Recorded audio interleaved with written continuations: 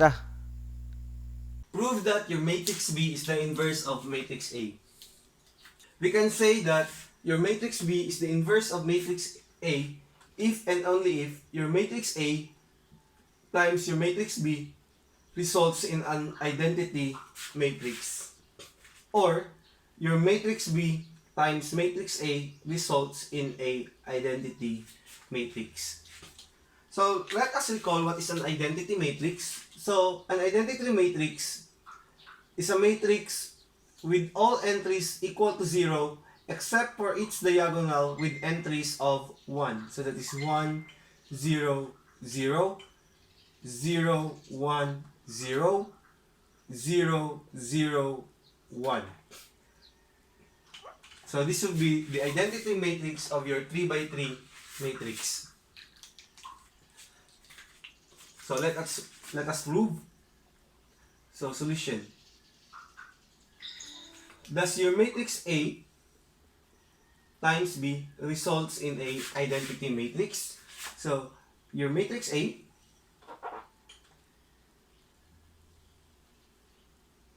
has entries of 2, 1, 1, and 1 times your matrix B, which is equal to 1, negative 1, 1, and 2. So matrix A times matrix B is equal to.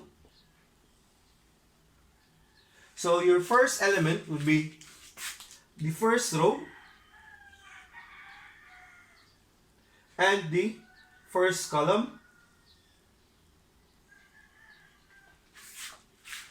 So that would be 2 times 1 plus 1 times negative 1 is 2 times 1. So that is 2. 1 times negative 1. So that is plus negative 1. So for your second element, you have the first row and second column of matrix B. So second column of matrix B.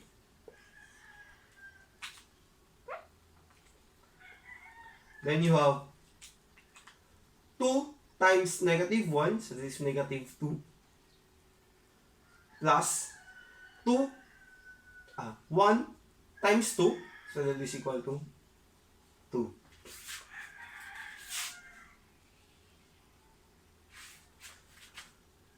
For the first element of your second row,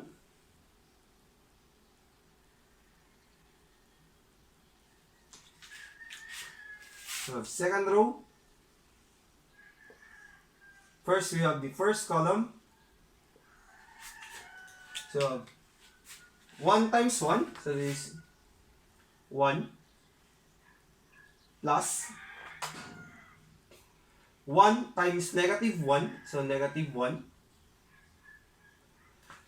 So for the second element, you have the second row of matrix A and the second column of matrix B.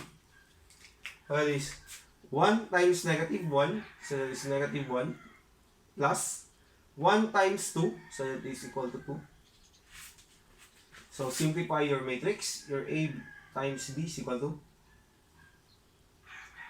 2 plus negative 1, so that is equal to 1. Negative 2 plus 2, that is equal to 0. 1 plus negative 1, so that is equal to 0. Negative 1 plus 2, so that is positive 1. So it results to an identity matrix. Now for your B times A, matrix B has entries of 1, negative 1, negative 1, and 2 times the entries of your matrix A, which is 2, 1, 1, and 1. So your matrix B times A is equal to, for the first element, we have the first row of matrix B and the first column of matrix A. So we have 1 times 2, so that is 2. plus negative 1 times 1, so that is negative 1. For the second element, we have the second column of your matrix A is 1 times 1, so positive 1, plus negative 1 times 1, so that is negative 1. Then for your second row,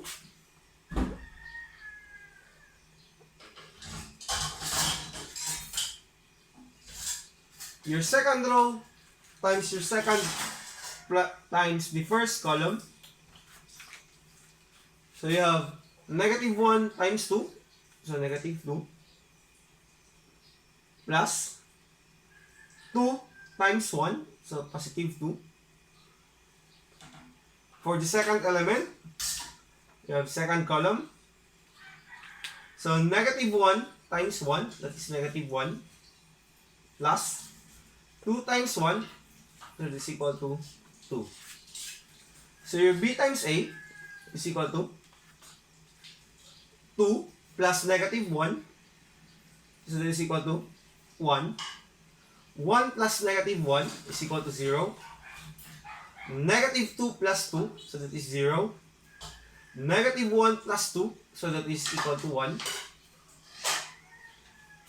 So, your B times A results in an identity matrix, so as your A times B. So, therefore, we can say that your matrix B is the inverse of your matrix A and vice versa. Your matrix A is the inverse of your matrix B.